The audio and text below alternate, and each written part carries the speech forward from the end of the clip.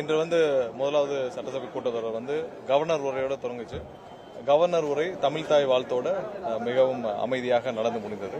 Governor உரையில் இந்த நமது தலைவர், அதாவது எங்களுடைய தலைவர் அண்ணன் விஜய் முதலமைச்சர், தமிழக முதலமைச்சர் அவருடைய அடுத்த 5 ஆண்டுகள் எப்படி செயல்பட போகுது, இந்த ஆண்டுகள் நம்மளுடைய எதை நோக்கி நம்ம பயணிக்கும், இந்த அரசுடைய விஷன் என்னவா இருக்கும், வளர்ச்சி எதை நோக்கி இருக்கும், இருமொழி கொள்கையில் என்ன நம்மளுடைய என்ன பின்பற்ற போகிறோம், அதே நேரத்தில் முல்லை பெரியாறில் எப்படி என்ன மாதிரியான ஸ்டாண்ட் எடுக்க போகிறோம், இது மாதிரி ஒவ்வொரு விஷயத்தையும் தெளிவுபடுத்தி இந்த கவர்னர் உரை முழுமையாக அமைந்திருந்தது.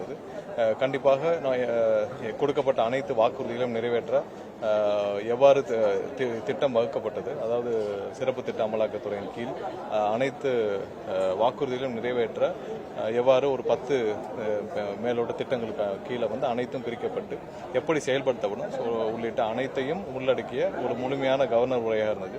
கண்டிப்பாக பொதுமக்களுக்கும் தமிழக மக்களின் வளர்ச்சிக்கும் தமிழகத்தின் வளர்ச்சிக்கும் தமிழகத்தை முதன்மை மாநிலமாக கொண்டு போய் நிலைநிறுத்துவதற்கும் முழுமையான ஒரு அனைத்து திட்ட வடிவத்தையும் இன்னைக்கு கவர்னர் உரையில் கொண்டு வரப்பட்டிருந்துச்சு.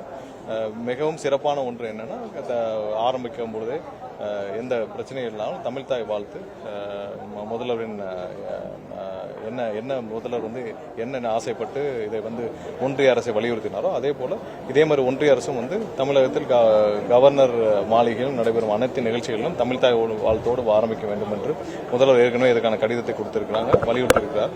அதே மாதிரிதான் இன்னைக்கு இங்கே நடந்திருக்கு. இதை அவர்களும் அந்த சட்ட திருத்தத்தை மேற்கொண்டு தமிழ் தாய் வாழ்த்துக்கு முன்னுரிமை கொடுக்க வேண்டும் என்று கேட்டுக்கொள்கிறோம்.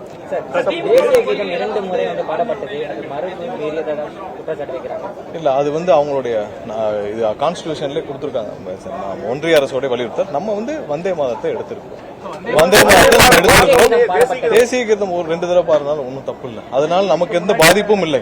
தேசிய கீதம் இல்ல, இது ஒன்றிய அரசுடைய என்ன வலியுறுத்தினாங்களோ அதுல நம்ம வந்தே மாதத்தை எடுத்திருக்கிறோம். தமிழ் தாய் வாழ்த்துக்கு முன்னுரிமை கொடுக்கிறோம். தேசிய கீதம் 2 முறை ஒலிக்கப்பட்டதால் நமக்கு எந்த பாதிப்பும் இல்லை. நம்ம வந்தே மாதத்தை எடுத்துக்கிட்டு தமிழ் தாய் வாழ்த்துக்கு முன்னுரிமை கொடுத்திருக்கிறோம்.